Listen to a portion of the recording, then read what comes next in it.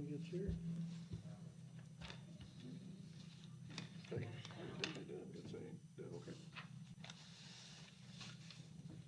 Andrew, are you testing it out? Can you hear? I just did, I was Okay. hoping that come on. Good. The commissioners are gonna have out last week. Okay.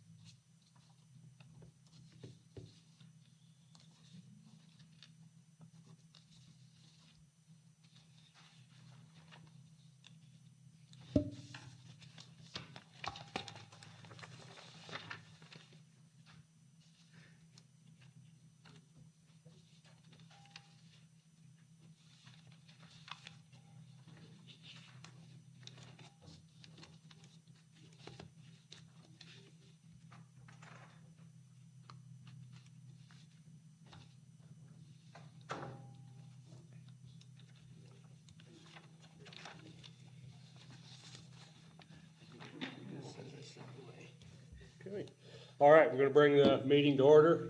We're gonna have roll call. Tim Armstrong. Here. Bob Sleater. Here. George Ballard. Here. Kix Frudenberg. Here. Joe Williams. Here. Jim McDonald. Here. And myself. So we're all present and accounted for.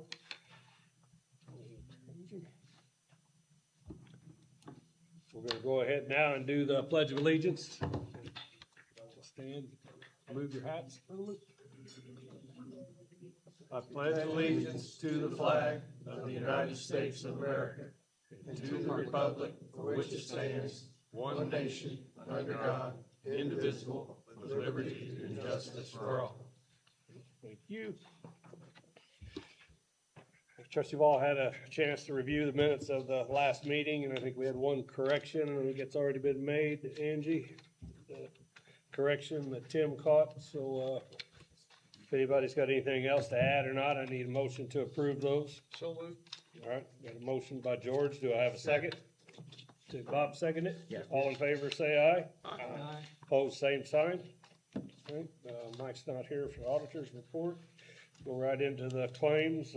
We'll take them as a whole. I need a motion to approve those. I trust everybody's had a chance to review them, so I need a motion to approve. If there's any questions. I make a motion to approve. All right, I've got a motion. Do I have a second? I second. All right, Bob seconded. All in favor, say aye. Aye. Opposed, same sign. All right, new business, Gibson County Animal Shelter. Chuck, I'll turn that over to you.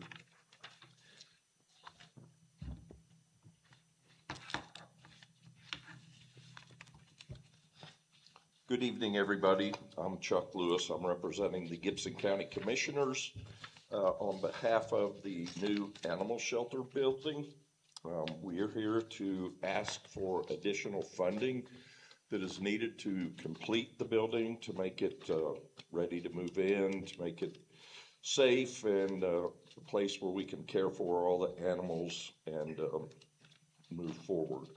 So we gave you a list, as you can all see, of things that still need to be done on the building. The building is probably at about 70 to 75% complete. Obviously, if you drive by it, it looks complete, but there are things on the inside that need addressed. So I'll go through this. Cat condos, which are the cages for the cats, cost of $32,000. Cages in the cat isolation room. So what that's for is when an animal comes in, they're kept in isolation for so many days to make sure they're healthy. So $11,000. And dog isolation cages are $23,000. Fences, the perimeter fencing is already contracted and going to be put up as far as the whole perimeter of the property, but there needs to be some yards for the dogs to be let out, play fetch, run, get exercise, stuff like that. So we got a quote for that for $33,500. Sound reduction panels in the dog kennel area, so it's all concrete block with a metal roof and everything, so you can imagine the echoes, and the noise in there, so you put 38 dogs in there, it's gonna be bad, so we got a quote for deadening panels, 21,300. Shade tarps for the outside runs, that was a problem, is a problem in heat like this. There's, new construction, there's no shade trees around, so we're gonna have to provide artificial shade, so $3,300 for that. Animal wash sinks, a place to, actually big commercial sinks where they can wash and sanitize the food bowls, the litter boxes, all of that stuff.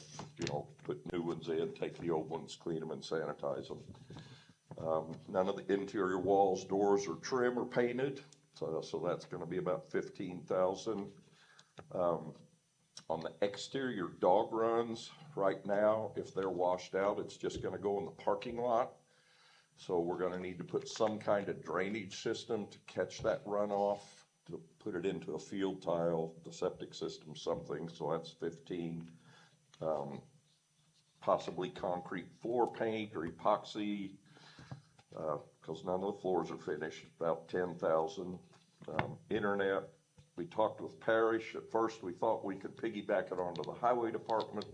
They're saying that's not gonna work now, so we're looking at using an outside source called Starlink to be able to have internet to the building. Security cameras, they are all wired. That was part of the building, so it's basically just putting the cameras in and then the DVR and everything to hook to it. 36,000, and then laptops, printers, keyboards, around 4,000 for a total of 176, with a 13.4% safety factor, fudge factor, whatever you want to call it, because prices change, unfortunately, of 23.6. So we're requesting a total of $200,200 to try and finish the building and get it ready for occupation. I'm assuming, Chuck, that this was all obviously figured in on the original one, just ran out of I funds. think a lot of these things were on the original and funding fell short, unfortunately. So these are things that are still needed to have a complete project, basically. What entity will this actually be funded to? It will be administered through the county commissioners with guidance from our interim directors, Dr. Sarah Stewart and Carrie Tishner. We will consult with Nelly Corp, who designed and built the building, as we move along on things that we're going to do, and then it will be presented to the TIF board in a claim form, just like any other TIF claim works. Are you wanting something to be done on this today, or are we gonna be able to go out and look at any of that, or? Well, we would love to have a decision today. Obviously, like painting and stuff, we have started doing that with volunteers. My arms can't take it, so we're gonna have to hire a contractor to do that. And the reality of it is, we have animals that are subjected to not good conditions until all this gets done. Right, so the sooner the better. And, we're gonna put a timeline, we're gonna say we're gonna hope to be done by November 1st, but there are gonna be issues where we're gonna have, I know the sound deadening panels had a delivery time of 6 to 8 weeks. That could end up being 10 to 12 weeks. You run into the fencing contractor, they're starting on the perimeter fence, but then they have other jobs too. We're not at the top of the list. So the sooner we can move forward, obviously, we can start getting things done and get the building occupied. I guess the question I have is, the big question I got, do we have the money to fund this project? I guess that's the simple question. Matt? Well, we have Looks like, accumulated looks like we have accumulated accumulated interest. interest. From the last Yeah. funds update we did, it looks like you should, we haven't modeled this particular amount into the overall Right. setup, but back of the envelope, I think you should. Yeah. If we make the motion, it should be based off. That makes me a little nervous when you use the word should be. I We kinda can like make it the- based off of available funds, and in the. Yeah, event- obviously, in the it's, event yes. it would fall short. I mean, We can have an update to you next week to set it in stone. This is just the first we're hearing. And we will continue, for instance, one of the things that the sink projects that are needed, my son-in-law and I actually went out there Saturday and cut the concrete we had to do to be able to put the drain in. So I know some people that know a little bit about plumbing. I think we can get those hooked up, and there will continue to be donations come in. I mean, there's already been people bring washers, dryers, refrigerators that are needed, and I'm sure people are gonna step up and say, hey, I'd like to buy 6 cat cages or 4 dog kennels or whatever. So, you know, it's a possibility that the cost from you could go down based on donations from people, corporations, whatever. We'll continue to look for funds, you know, outside grants, whatever Is could this be done. something that the TIF thing can spend the money on? I mean, it's Yes. not earmarked. Yeah, we've already spent $147,000. How much? 847. 847, I think. The original project was funded with TIF, ARPA, and funds that were raised by the Nelly Corp., who currently runs the existing shelter, through years of fundraisers, savings, donations from people, all that. But we're still operating today out of the old shelter. We are still operating out of We the have old not shelter. moved anything in to the new one. Does all this have to be done before you can move the animals in? or- About 90% of it, yes.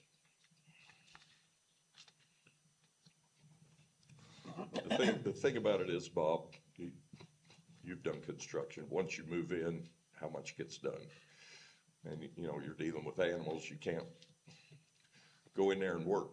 Once the cages are all full, you can't go in there and put a stepladder up in a dog cage to try and hang the sound deadening panels, you know, stuff like that, so. Am I correct in saying we will probably come in under budget on the I-69, 64 project? That did come in under budget.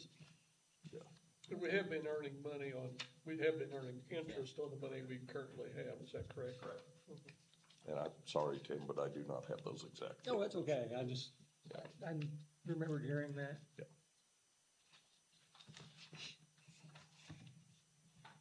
Well, I mean, I'd be willing to make a motion with the understanding that we're not gonna spend money that obviously we can't guarantee. And Matt said that he would be able to provide that to us in the very near future. I would say not to exceed this much and not to exceed what we have available.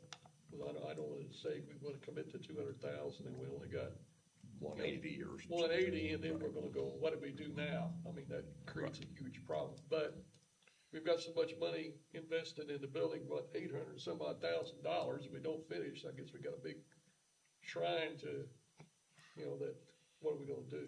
I mean, I think we have to get it finished, and, I mean, I would do that motion with the understanding again, that we need to find out exactly, we don't wanna overspend this, and we don't wanna overspend what we have. So your motion is for the 200,200, provided the available funds That's are absolutely correct. there So we and can at not least to get it exceed moving that. and get the animals in that shelter where they belong. Okay, I've got a motion. Do I have a second? I'll second. All right, Tim seconded it. All in favor, say aye. Aye. Aye. Opposed, same sign. Carried, 5 minutes.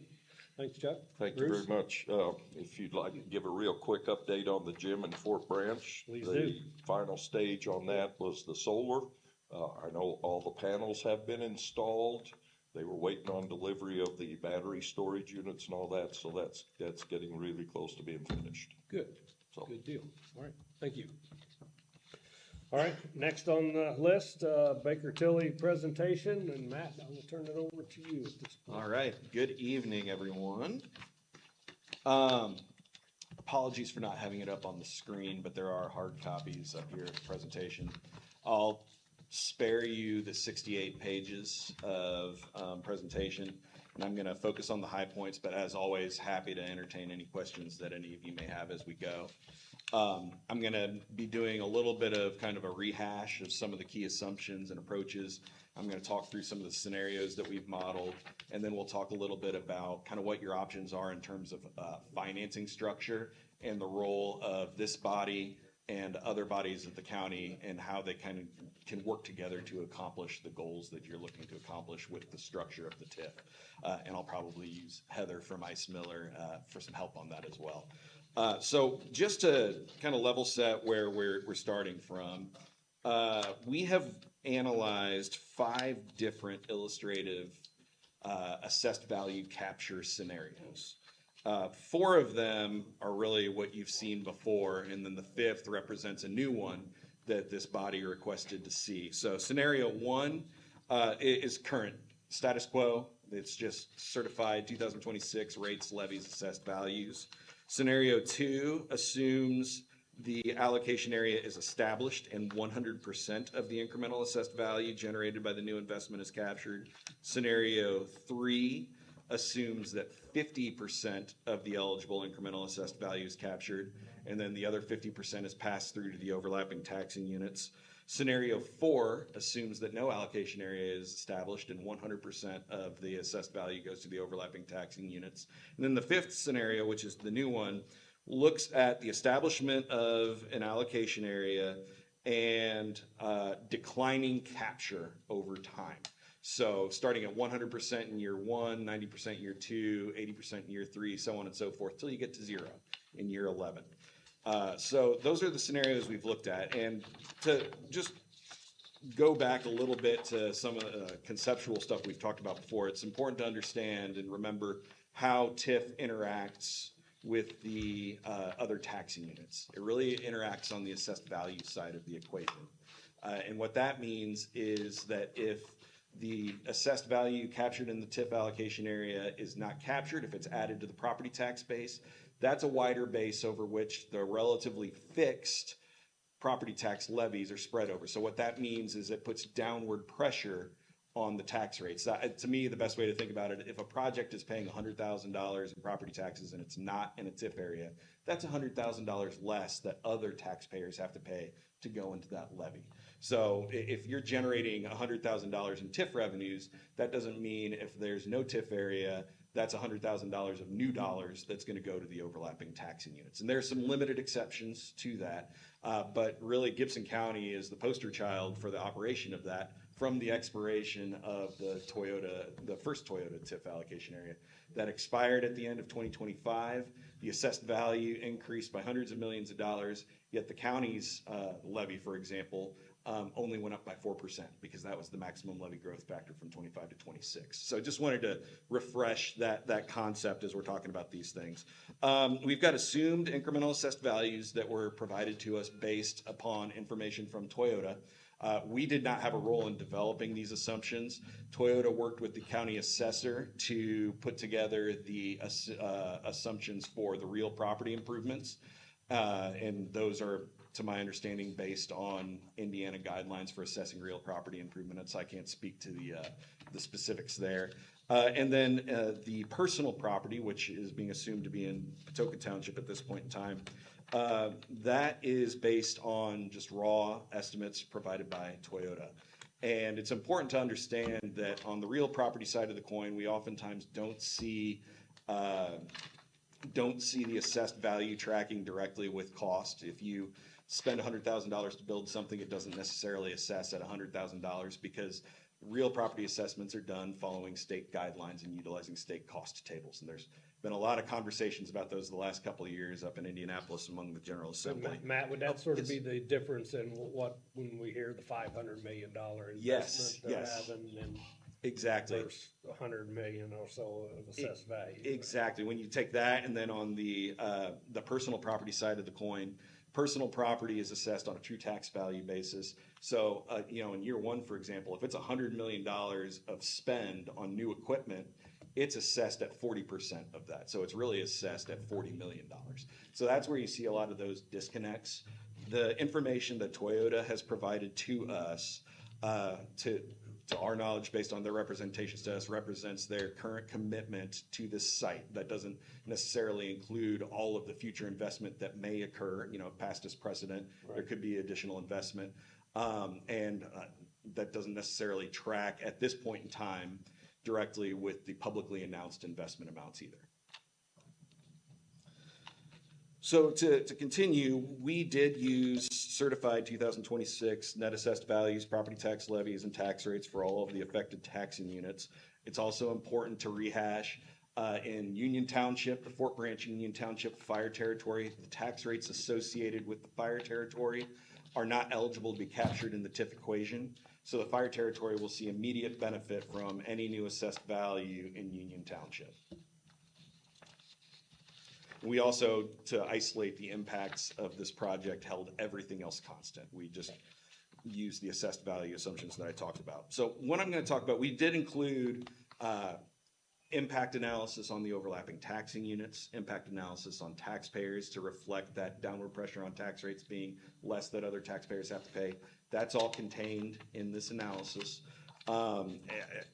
What I want to focus on is the bond scenarios, which are also new compared to what you've seen before. The other information is largely what we've reviewed previously. And in the bond scenarios, we've looked at 3 different scenarios based on those different estimates that we've put together. The 100% capture scenario, we're assuming over a 24-year time period, the maximum term of a TIF bond is 25 years. The maximum term of an allocation area is 25 years from the date on which the first obligation is issued. So there's going to be a disconnect. If you were to issue bonds this year, you wouldn't get a full 25 years of revenue because you're not going to be collecting revenues until 2028 at the earliest. So we're assuming 24 years of revenues, and that would generate about $27.7 million. 24 years, 50% capture, about $13.3 million. And then in the declining scenario that we talked about that starts at 190, 80, 70, 60, we're estimating that would support a bond issuance of about $12.2 million. Those are based on the assumption that Toyota will purchase the bonds at a favorable interest rate. And that is in line with what Toyota's participated in previously in the former allocation area. Right. One thing that I would say with the 50% capture scenario or the declining capture scenario is the action that you would take to establish the allocation area, that's creating the tool. What the role of this body would be, and Heather can come up and talk a little bit more about the different roles, would then be when these bonds are issued, they'd be issued through the county, and this redevelopment commission would pledge the tax increment to the repayment of the bonds. And at that point, what we can do is, so the $12.2 million, if you need to increase that by $1.9 million to make whole for some initial expenditures on different infrastructure needs and planning needs, we could do that. And kind of the beauty of this is we can tailor that declining or other minimal kind of reduced capture scenario to generate just what you need to fund those, to fund that bond size. And then that would be codified in the documents that actually authorize the bonds. And Heather, you want to talk a little bit more about that? Sure. Thanks, Matt. Hi, everyone. So Matt's exactly right. What we're considering now is simply the creation of the TIF allocation area in the larger economic development area. We're not taking any action yet with regard to the bonds. So when we decide to come back before you and consider a bond issuance, then there's several more steps, right? We'll need to go to the Economic Development Commission.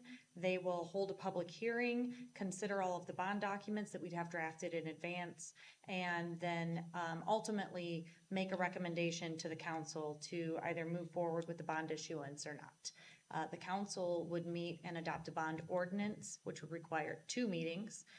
And they would meet and look at all of the parameters that the Baker Tilly team would put together so that the council and the public has a very clear understanding of the term of the bonds, the maximum interest rate, the maximum principal amount, all of the details of the bond issuance.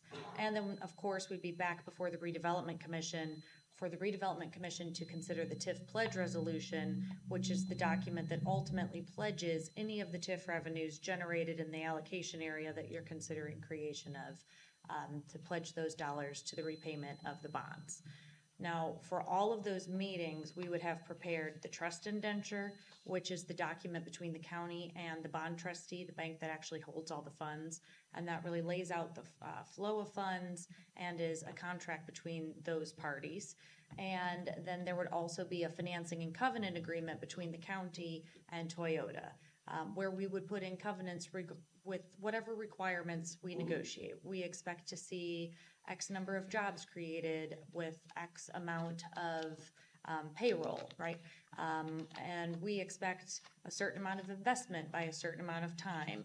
It would have all of the details of the agreement between the county and the Toyota folks. And there would also be a bond purchase agreement between the county and Toyota, assuming that we do end up with a developer purchase bond, which is, as Matt said, Baker Tilly's expectation and mine as well. But all of that is a bit premature at this point because there's been no negotiation of any bond issuance. But those documents will be, rather than where you are right now, which is an important step of all of these public approvals, those documents will be legally binding contracts that will be highly negotiated. And so there's lots of opportunity to make sure that we're putting in the capture that everybody feels comfortable with and pledging only the amount of dollars that folks feel comfortable with to fund specifically the projects that you're comfortable funding. Happy to answer any questions that you have now or later. Go ahead, Bob. You said that to go through those meetings, that Toyota would have to give us an estimate of their investments and so forth. But they haven't given it now. They're just waiting to see if we do this before they'll tell any type of investment, or are they actually going to have a... They gave us preliminary information, but we would get more up-to-date information when we go through the bond process because the statute does require that we put in some language around what the jobs and investments look like so that all of those public bodies can make a fully informed decision. And then before moving forward with any bond issuance, that preliminary information would give Matt and his team the ability to put together all of those bond parameters around what the bond sizing would look like. But then we would narrow that down and get more and more information as we move through the bond process, which usually takes 3 to 6 months, because we would then have it sized appropriately and have the final bond documents be very close to what their investment's actually going to look like, at least their expectation now. And it's important to note that with this sort of a structure with the developer purchase bond, we're really shifting the risk over to the company, that they deliver and that they generate the TIF that they anticipate generating. And to the extent that they don't and the TIF comes in short and less than their expectation, then they as the bondholder simply do not get paid back the full benefit of their bargain because the debt service that would be available to pay them would be lesser than their expectation, and they simply take that risk. Am I correct in saying we're in a situation like that currently with one of our TIF districts? Yes. With Gibson County Coal and VTEC. And the county council, they're gonna have a role in this. In a couple of meetings, they're gonna have to decide. Correct. They'll have to consider the bond ordinance, which will require 2 public meetings unless they unanimously suspend the rules to consider it in 1 meeting, which I find unlikely. Thank you.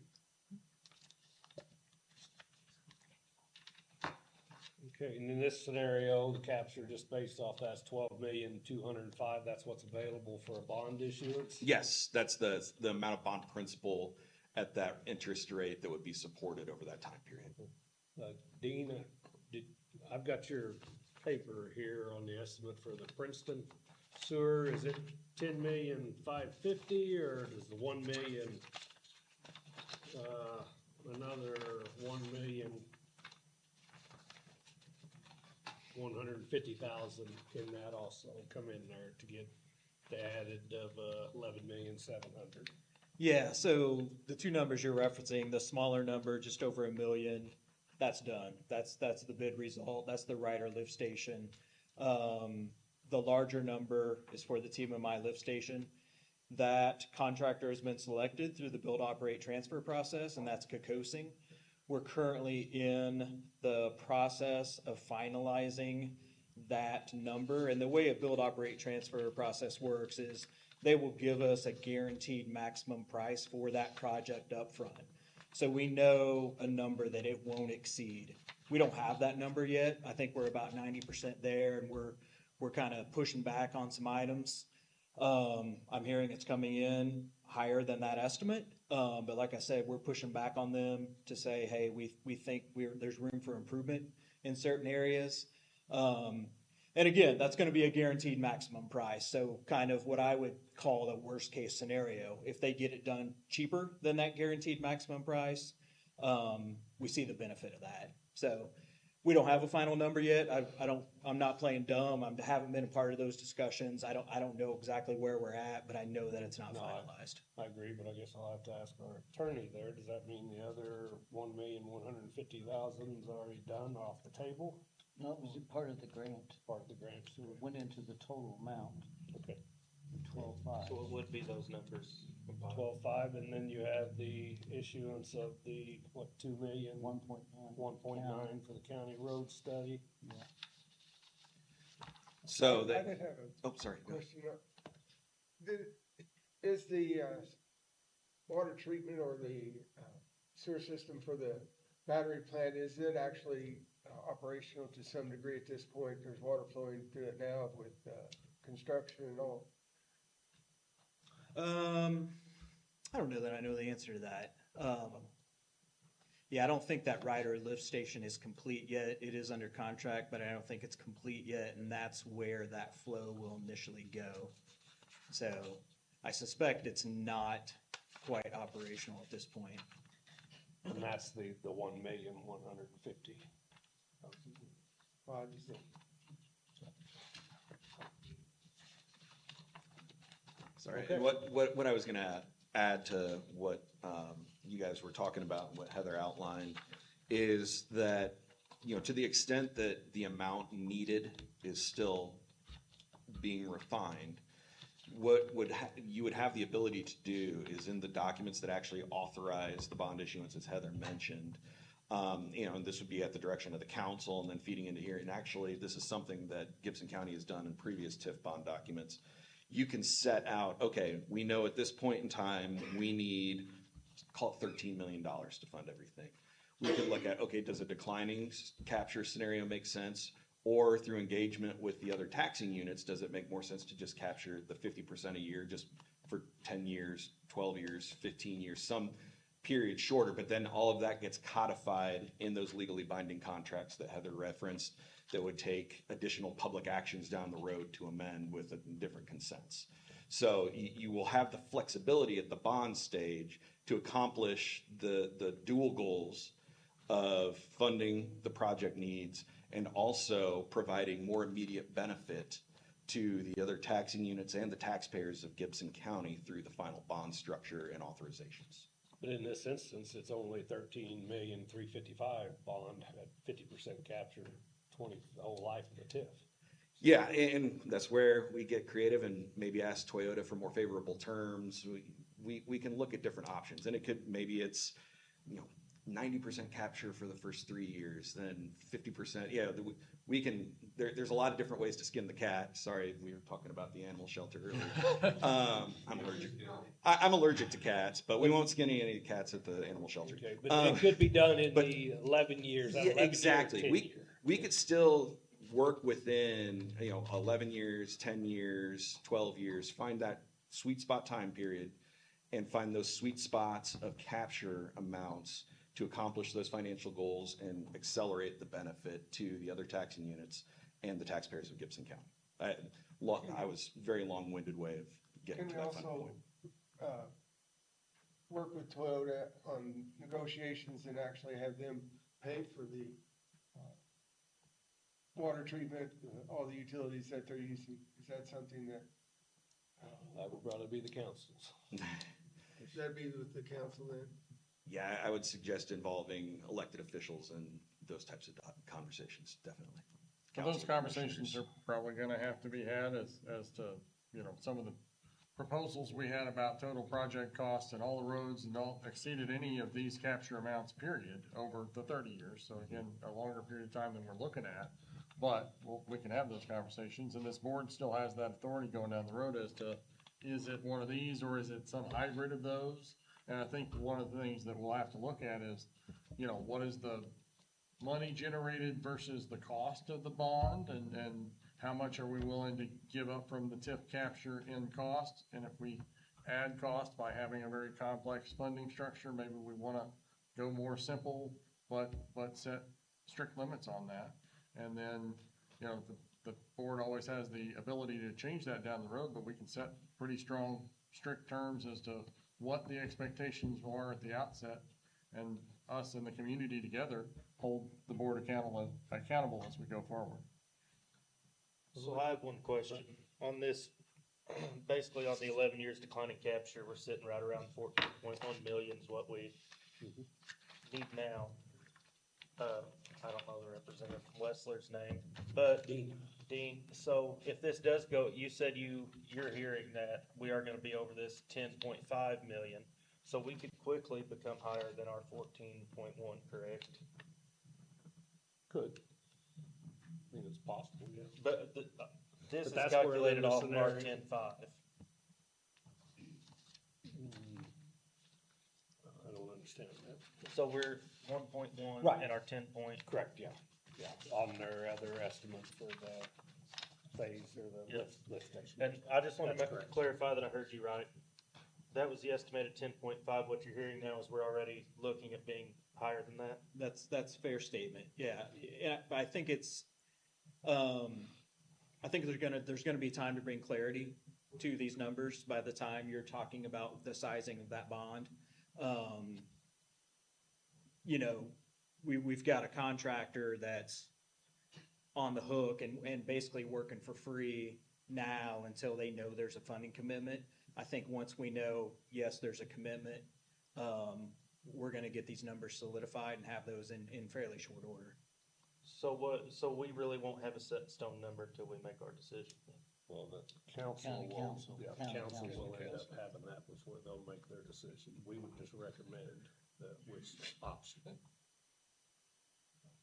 As a member on the county council, wouldn't it make, I don't know if I'm not seeing this right, but wouldn't it make more sense to go ahead and do all those negotiations to make sure we knew how much the price of everything was before we went into all this TIF? You say as a member of the county council? Yes. Yeah, the council will have those numbers and will know by the time we're sizing this bond. And, you know, as Matt said, when you're adopting the ordinance, that's kind of setting parameters as well. So that's gonna establish an upper parameter, that, and normally you set those parameters with some cushion, for the unknown. But to your point, you know, this is creating the mechanism then you leverage to actually create those bonds. So what you're talking about, I'm just saying, setting those more strict, bonds are gonna be. setting those more strict definitions on bond sizing and capture percentages, I would not recommend doing that until you have a clear picture of what those costs are that you're trying to fund.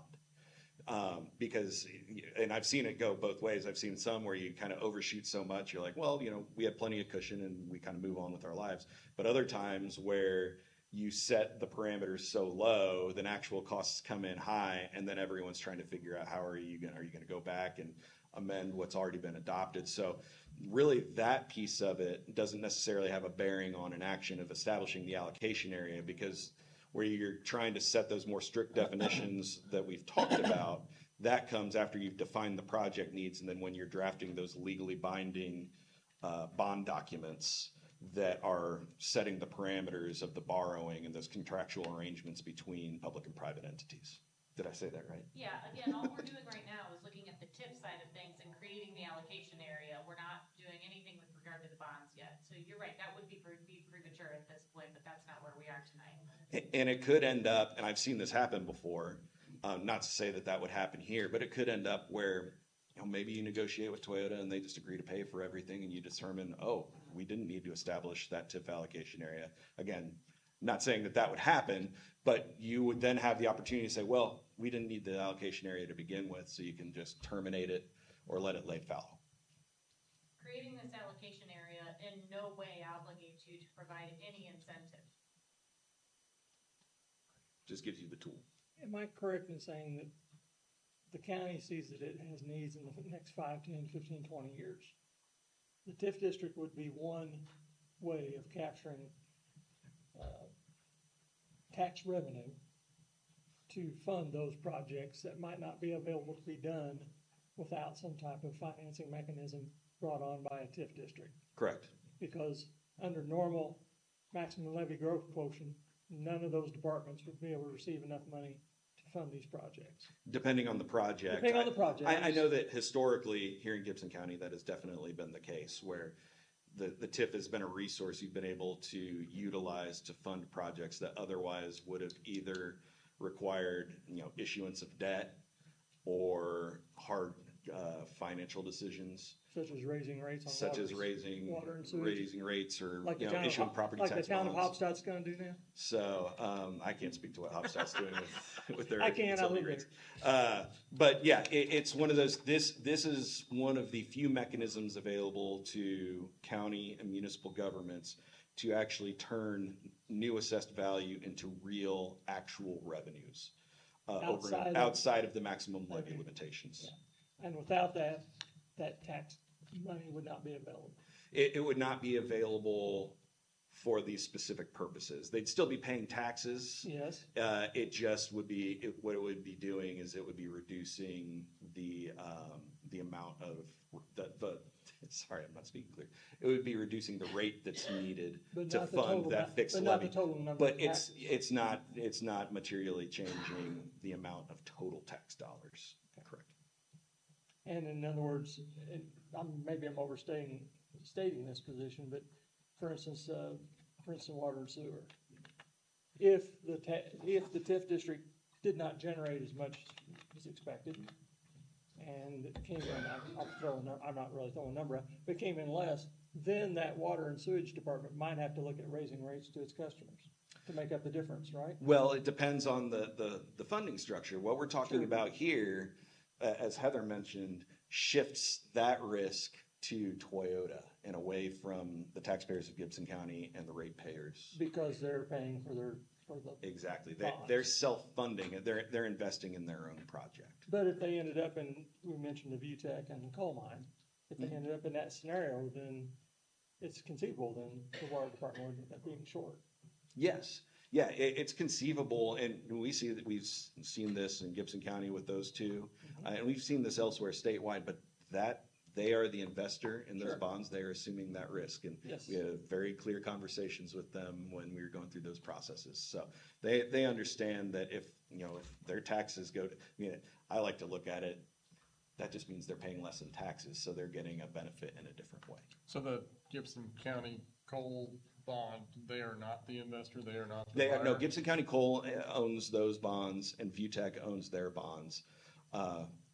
There's 2 series with Gibson County Coal and 1 series with VTech. Okay. Yeah. All right. Matt, thank you very much. Thank you. All right. Next thing on the list is the confirmatory resolution. I'm gonna make a motion that we approve the confirmatory resolution, 2026-2. I second that motion. Can we have a discussion on that then? Okay, go right ahead. I'd like to go through this. I've marked several things here that I was very unsatisfied with, I guess. First off, going through it here, the map on it that shows, it doesn't show, I looked at it with a magnifying glass and still couldn't see all the, I'm pretty familiar with it, so I kind of know, but it doesn't show all the county roads. That's something that you can read if you look at that map that they attached to this. You can't, even with the magnifying glass, you can't see any of those road numbers or any of that. Heather, he's talking about the Yeah, declaratory. so if I may, I think you're referencing the declaratory resolution, which has already been adopted, rather than the confirmatory resolution that's before you Correct. this evening, that confirms though what was done at the Confirms declaratory what this stage. is saying, right? That's Well, right. what I'm But you'll discussing. note, if I take a look at that declaratory resolution, we intentionally never use a legal description because that just doesn't mean anything to anybody. It's not very helpful. So attaching a map with a parcel list is actually the preference of folks at the county and state level typically, because then the auditor can very clearly see which parcels we're talking about. And the map gives the general public a pretty good idea of exactly the area that's in question. So if you'd like us to add something additional to further drill into that, I'm not sure what that would be. Is this a lot clearer on your computer? It's pretty clear on my computer, yeah. Okay.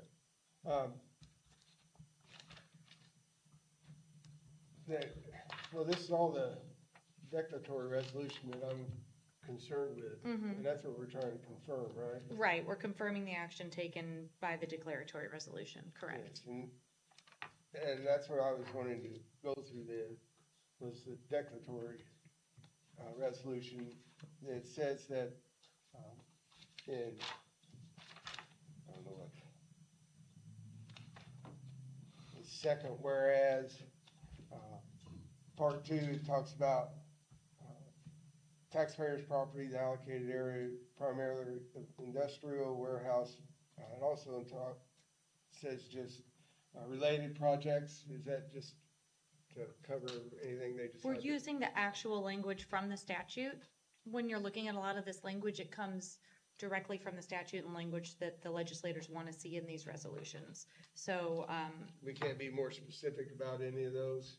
certainly could be more specific, but when you go through the resolution and then drill down and look at the attachments, you know, we get into more detail in the plan that's attached to it, and throughout the resolution itself. Those whereas paragraphs are intentionally general to basically check the statutory boxes.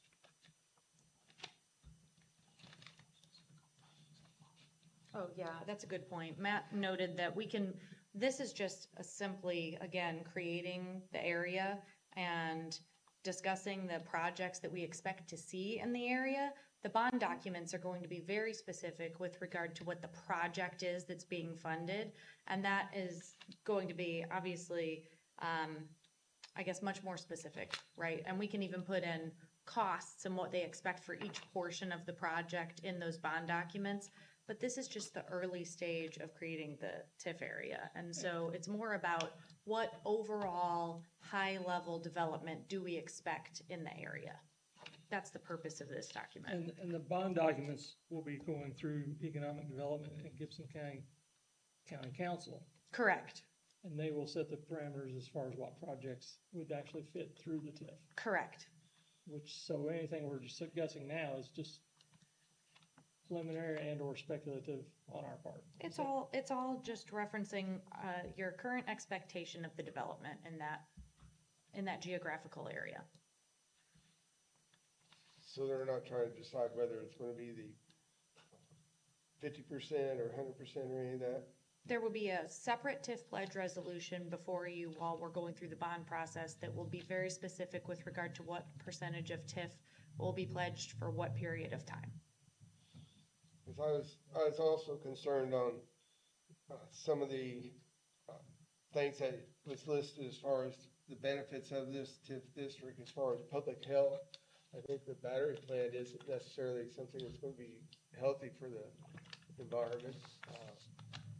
Safety, again, those batteries, I know they're not putting them together, they're just storing them, and then they're not actually making the batteries there, but still, if fork truck driver slams into some of that and knocks over a piece of it, that's gonna cause trouble, so I don't see how that benefits the safety. The welfare of the citizens, they are looking for 350 new jobs. Our roads can't handle the stuff that we have now. How's that helping the welfare of the citizens. So again, this is more of a general document explaining all of the development that we expect that could happen in the area. And the language that you're reciting is again referenced in the statute with regard to the things that it could do. And when you're talking about the public health, we're not talking about it in the sense of that there's going to be like a healthcare facility or something like that. It's of the general, the economic development itself is benefiting the public health is the intent of the language. Okay.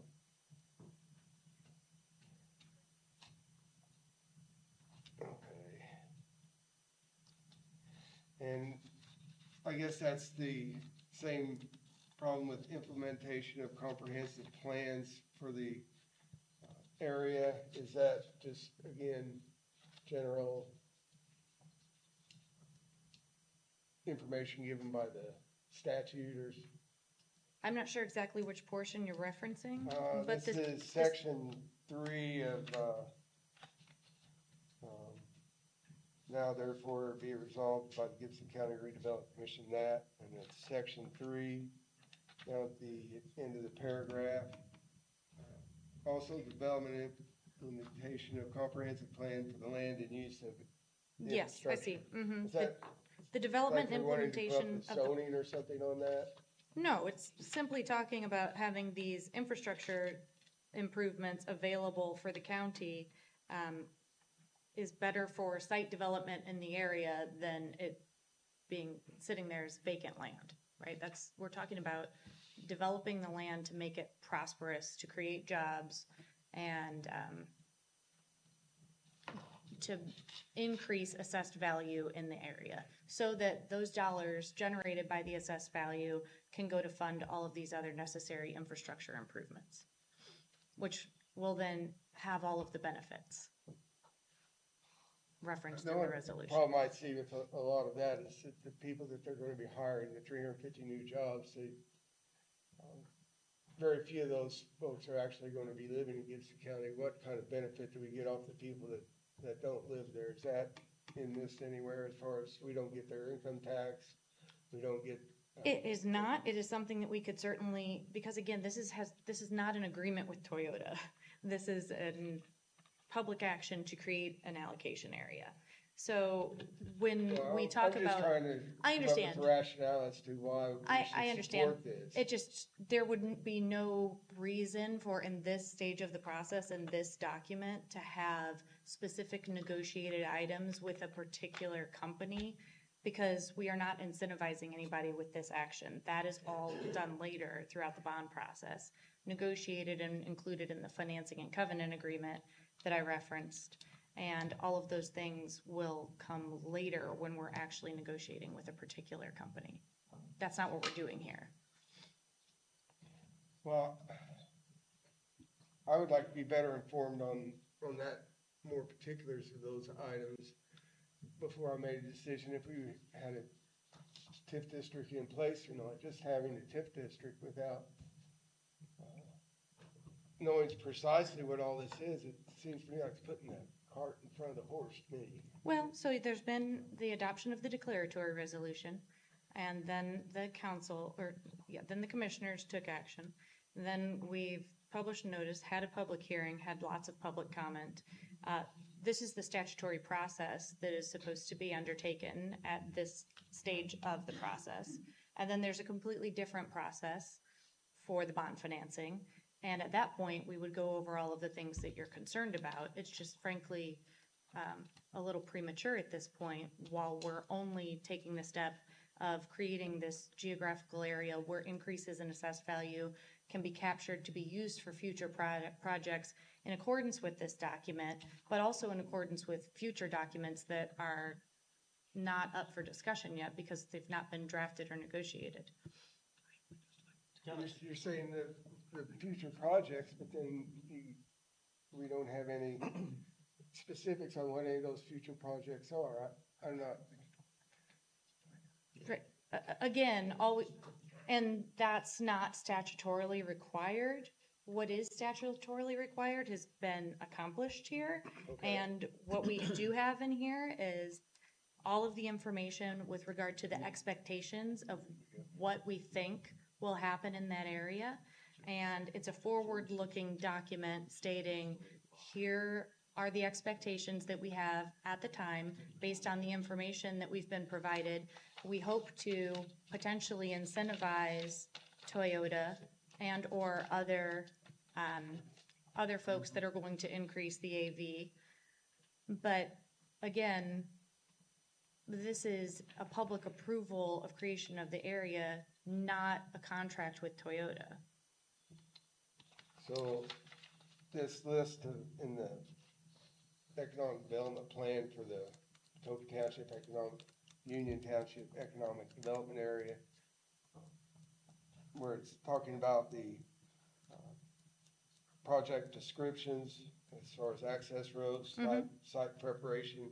This is all the money can be spent on all this list of things. Correct. And then to the extent there are other projects that you'd like to fund in the future that aren't included here, then we would go back through the process to amend the plan to include those additional projects, which would require the redevelopment commission to adopt an amending declaratory resolution, the publication of another notice of public hearing, redevelopment commission to hold the public hearing, adopt the confirmatory resolution, and have the board of commissioners approve the resolution as well. So there's plenty of input on additional projects that aren't included in that list, should you want to expand it. Is that the Or project, is that the, remove from it, Uh, like we wanted to. Certainly, you could remove things, but I mean, that just gives you, including them gives you the flexibility to fund them. It doesn't require that you fund them. You'd still need to take action to be able to fund anything. these are basically processes that we're going through in the previous TIF. Exactly right. with Yeah. the- You've all the any other- number of times adopted amending declaratory resolutions to add other projects to the economic development plan. Is one way of thinking of this is simply a step to allow, I'll use the term, the county to issue bonds with that TIF district revenue as collateral. Yeah, that's a good way to think of it. It's essentially allowing you to take advantage of a tool to capture those increases in AV so that you can use that tool in your economic development toolbox to be able to provide incentives in the future in accordance with what you have in this resolution that is admittedly broad and flexible by nature and design. And one reason it's broad and flexible by design is to not handcuff future boards in Gibson County, from the commissioners to economic redevelopment to county council, et cetera, as to what they can and can't do. That's right, but the council still has all the authority that they otherwise would, and you still have all the authority that you otherwise would when you consider the TIF pledge resolution to make it as restrictive as you'd like, or to choose not to adopt it. This doesn't bind you to anything. All it does is create the area and binds you to nothing with regard to incentives to Toyota or anybody else, In other words, this could. or even spending it. Yeah, That's this could pass valid tonight point. and nothing else ever happened. That's correct, yes, and you could also, you could pass it tonight and then decide you're collecting these dollars and decide that you don't want to keep them and just pass them all through. That would also be appropriate. I guess to kind of piggyback off you, Bob, my main concern right now with looking at it is we really don't have a scenario that fits our needs in front of us. It's kind of been brought up that just to pay for the sewer, and the road study and the sewer study, we're looking at $14.1 million. Even 24 years of 50% capture doesn't catch that. 11 years of declining capture, we're only at 12.2. I know you said we could manipulate some of those captures on the year, but as of right now, we don't have a scenario that works in front of us. I mean, me personally, I wouldn't be comfortable taking a vote on something that I can't see the scenario we're gonna use. But you're not voting on that. These are just illustrative to I further understand the that, but I'm concept. saying even as far as pushing the progress farther along, when we don't have a scenario in front of us that will work. Well, I've got a motion, and I've got a second. Further discussion? I've got a motion, and I've got a second on the table. All in favor, say aye. Aye. Aye. Opposed, same sign. Aye. All right, 3-2, motion carried. I need a motion to adjourn. Next meeting will be September the 14th at 6 o'clock. So moved. All right, I've got a motion. Do I have a second?